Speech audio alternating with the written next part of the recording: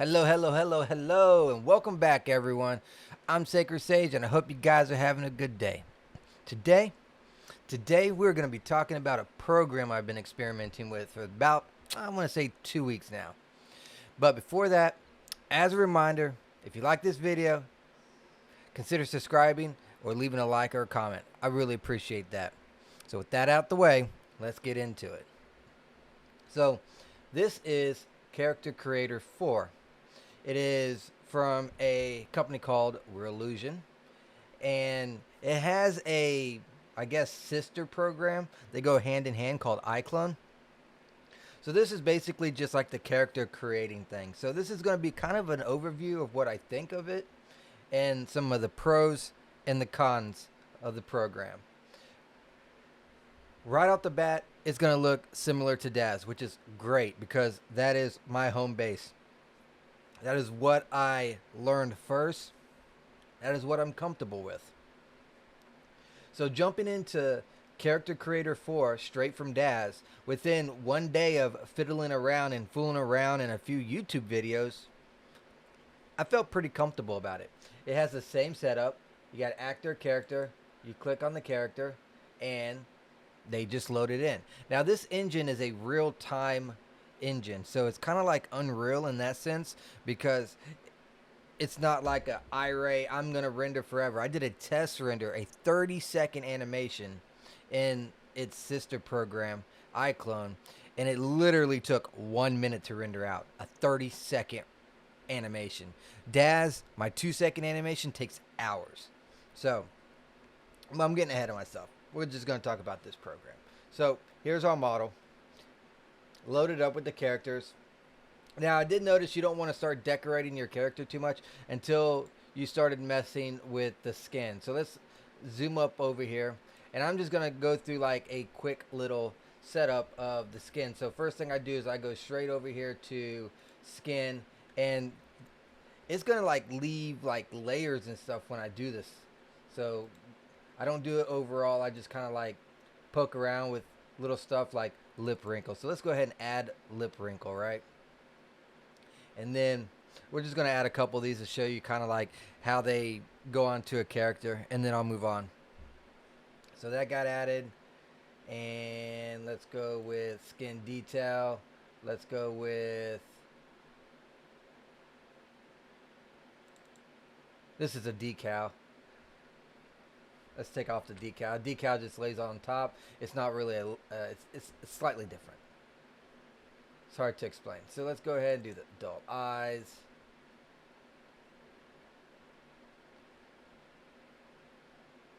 Now let's go ahead and do blemishes, and we will add, let's say, some of these freckles. You can kind of see the freckles popping up now. And now we can go into appearance, and these are all the things I just added. So the skin has these layers on it, and I can just click on this. Let me drag this out a little bit, and we can just mess with this, like the opacity. So let's take these, okay, the freckles. You can make these thicker or invisible, however much you want. And it's kind of, I kind of overlooked this at first. I didn't see it, so that's why I'm pointing it out now, because I seen all these and I was like tinkering with all of it, like the tilling, the pattern scales and stuff, so you can get like different setups on that and whatnot. Completely missed the opacity because I thought they were too strong. But yep, there's the opacity, and there's a whole bunch of different things that you can mess with in here. Like I just scratched the surface. Here's a pattern. So I'm assuming, look at this. There's different patterns all together. So you can probably make your own little patterns and throw them in here fairly easy. I mean, I don't see no problem into finding this image, throwing it in the Photoshop, doing a little copy paste or scaling and throwing it back in and using it yourself. Anyways, kind of got off on a tangent. But there's also makeup and stuff that you can also throw onto the character. So you can throw on a little bit of foundation and contour and blush, and all these just like literally stack up on top of each other, and they come out fairly good. they they look really realistic after you start applying quite a few of these skin tones. But this is an overview. I'll go into a video more detailed about this later. But here's the actor. Then there's you got all the morphs that you can do, which morphs are over here. I don't even mess with the morphs on this side. Um, you can it feels just like Daz. So we can take our character. Let's throw on some green eyes. Oops, I should have hit the other one, but whatever. It'll still work. Give it a second here. Oh, that's what we should have done. Materials only. Boom. Eyes are green. Now let's get eyelashes. Let's make them apply the morph and the texture. Why not? Now these eyelashes will change. You can see them flipping up a little bit. Nails. I only got 2 nails. Same thing. You just apply. And it feels so much like Daz. And it's rendering in real time. So if we want to take and render out an image, right? We can do Control 6. And this would be our image. It's already done. We see our full render right before our eyes. So I find that really good. Rather than rendering it and then 30 minutes later, bam, it's finally done. Sometimes 2 hours, depending on what kind of GPU you got. All right, so yeah, there's makeup. That kind of goes along with the whole skin thing. I won't say different hair, but I got hair. So we'll go ahead and apply some hair to the character. See, now the character doesn't look like a cancer patient. So we got hair, and there's a cool thing about the hair too. So we could actually go over here. Oops, let's select our hair. Scene. We can actually add animations, but you know what? I'll come back to this. So, clothes, accessories, same exact thing. You can apply some glasses or whatever you want. Boom. All good, all dandy. Earrings. Let's go ahead and add some earrings. Why not? Wow, those things do not look like they belong whatsoever. You'd have to move those, which moving them is pretty easy anyway. So when that kind of stuff, what? A bow and arrow? Okay, sounds good. Give her an axe. Nothing like a glasses and axe. Anyways, so let's go ahead and add an animation. Let's do motion. Female, and let's just kind of do a move one, and we will do a looping catwalk. All right, now we'll go back a little bit, go down, and then when we hit play, the character is moving. All right, and it just keeps on looping, right? Infinitively.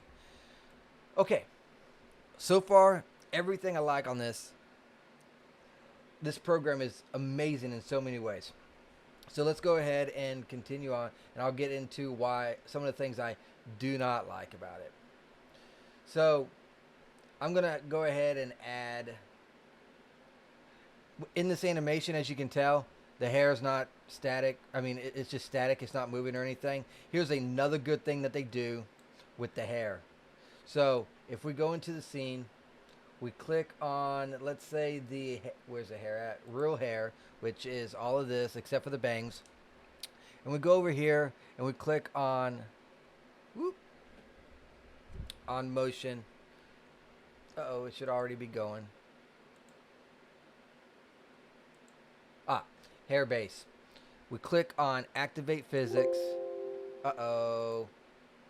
I jacked up.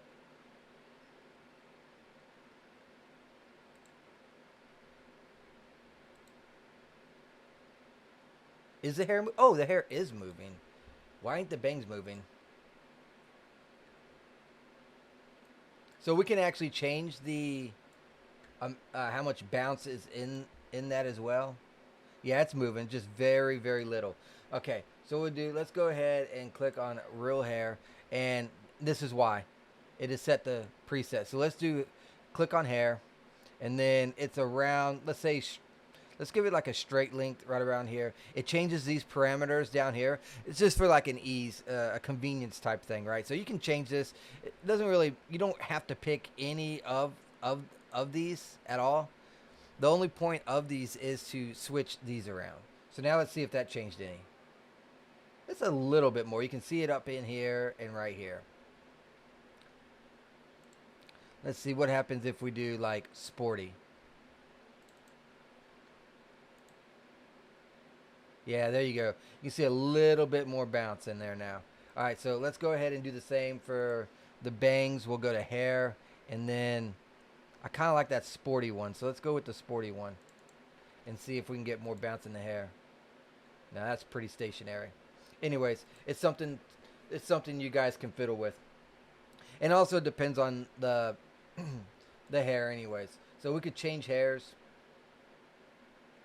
and get a different bounce as well. Where am I at? All right, so animations, added the hairs up here. I got a couple hairstyles, but don't really have too much. Just sitting with the base type stuff. See, they got a hairstyle right here that we can use. Maybe from the back we can get it better. Ooh, man, that is stiff. It really is really stiff. Anyways. Not a big deal. It's something to fiddle around with. So poses works just like in Daz as well. So we can just bam, click on pose. Let's do female. Have the character selected and then click and bam, there's the pose. Very simple, very easy. Calibrations. These are basically just to get the character ready for exports and that sort of number. Expressions, which expressions in iClone works a little different when animating. It's kind of cool. They have their own little track for just expressions. It's kind of cool. Anyway, so we can go ahead and do different expressions. Bam. Very mild expressions. But you can also change your own too. I'll get to that in a second. So stage, this is basically like your here, like lighting setup. We can change the lighting of the area.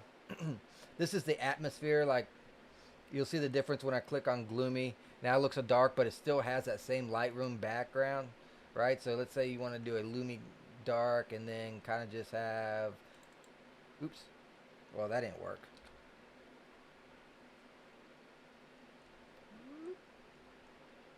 Maybe not. I'm still experimenting myself.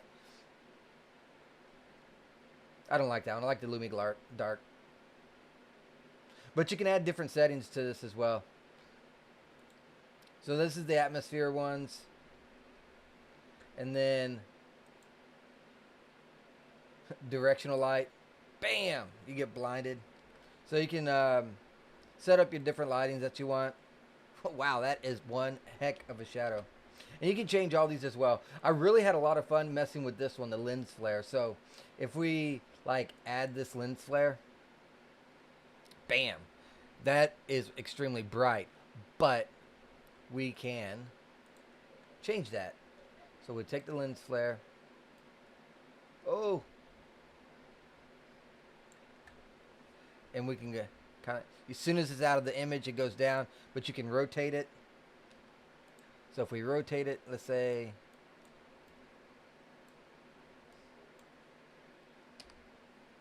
let's go with something. You can see the little circles. That's basically what I'm going by. So even though it's out of the character, you can kind of just get like a little bit of it. Something along the lines of that. But you can also mess with this as well. So you can take this and you can scale it. Boom, make it brighter. You can also mess with the fall off and all sorts of stuff. There's general attributes, distance. So it messes with different spots. So basically what I did was mess with the star. You can also take the orb and you can mess with the orb. So there goes the orb. Here's the star. Mess with the star. Right? So this could be completely out of the way like this, but then we can just go like distance and we could bring it down. Oh, maybe not. Well, fooled me once. I got to mess with that lens more. I literally just been messing with this program for maybe out of 2 weeks, probably like 3 days. And then the rest have been in iClone. iClone has been a little bit more of a curve to learn. Well, let's go back into our content. And these are just different settings you can do with the whole like the camera and whatnot. So we can do like this. Adds a little bit of noise into it. It's kind of hard to tell because of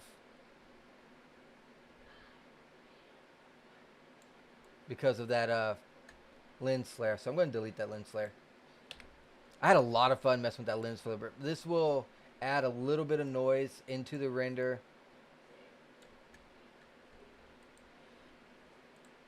Cool colors. Bam. There's just so much. I don't even know how to explain it. Like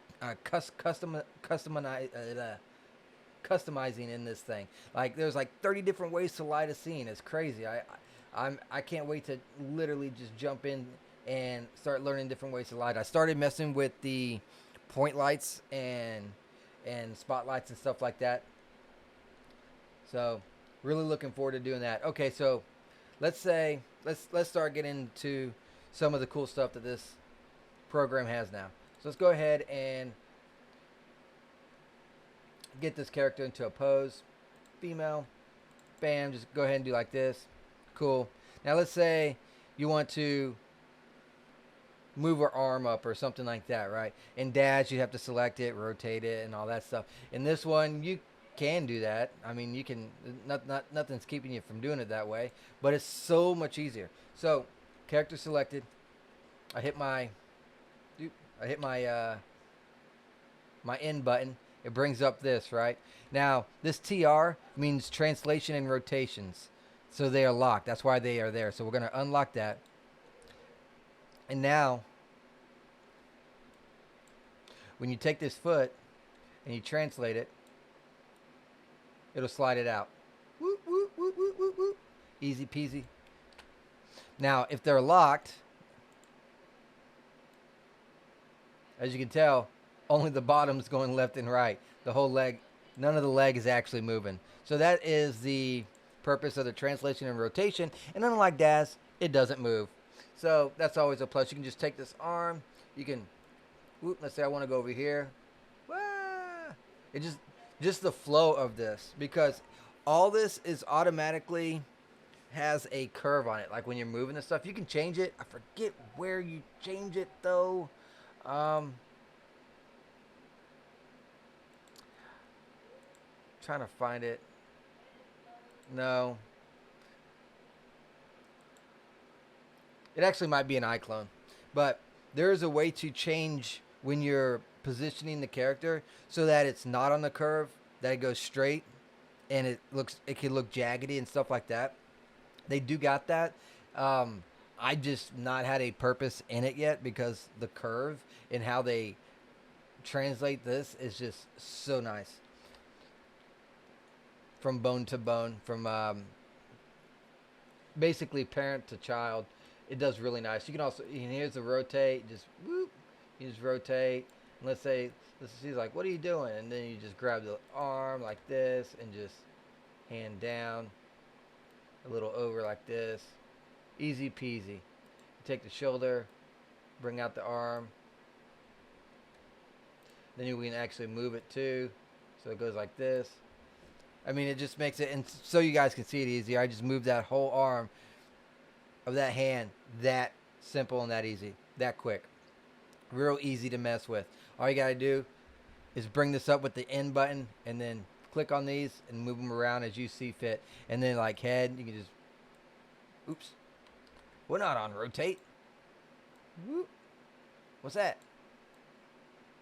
Easy, easy, easy. And basically for the animations, you apply an animation in a track on iClone. I'll get into that later. I'm still not comfortable with that. I can put one together. Got one in the Discord that I did, but I am not comfortable running through it yet.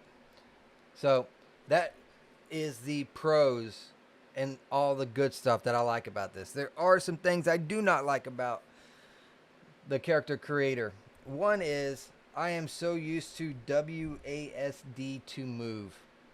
Or in Unreal Engine, I can hold down my right click and move. In this one, I got to hold down my Alt button to move, or my left button to move while holding, but I got to have that Alt button down. So what throws me off is like, I'll start moving around, blah, blah, yada, yada. And then I'm sitting there, okay, I'm in position. Now I want to move my character. And I start moving my character. I still have my Alt button down. So it just messes everything up. So that's one thing I got against it. You can change the preferences. I know you can change the preferences right here. If I can get it. Unfortunately, their options do not have either one that I am used to. They do not have the DAS controls, and they do not have the Unreal controls. And when I change it here, let's say I change it to none, so then I can just move with left and right, which works great for me. I don't mind that at all. When I do that, then I can't mess with some of the UI. So when I am messing with these translations like this, and I'm trying to move her head or her arm or something, they don't work because they think I'm trying to move and not trying to mess with the gizmo. So not liking that at all. So that's one complaint. That's my biggest gripe that I have with it. Another is the exports are kind of hard. I wouldn't say kind of hard. It's, you got to get used to it, and depending on what you're exporting, you got to export it different ways. So a character's one way, just an item is another way, and clothing's another way. And I even got geographs to work in iClone, which was a headache, and that is another way that you have to do it as well. So I feel like there could be an easy one export fits all. I think they're on their way to doing that, honestly. Because all the ways you have to export are similar, just minor little changes that you have to do. But I'm pretty positive in the future they will have like an export anything from DAS to Unreal fix all thing. So anyways, that's my overview of this program. I hope you guys enjoyed it. I will be pumping out more videos dealing with this program, because this is basically, I'm spending about 3 to 4 hours a day messing with this program, and then doing the rest with DAS naturally. So hope you guys enjoyed it. If you did, show some love, and I'll see you guys in the next video. Take care. Bye-bye.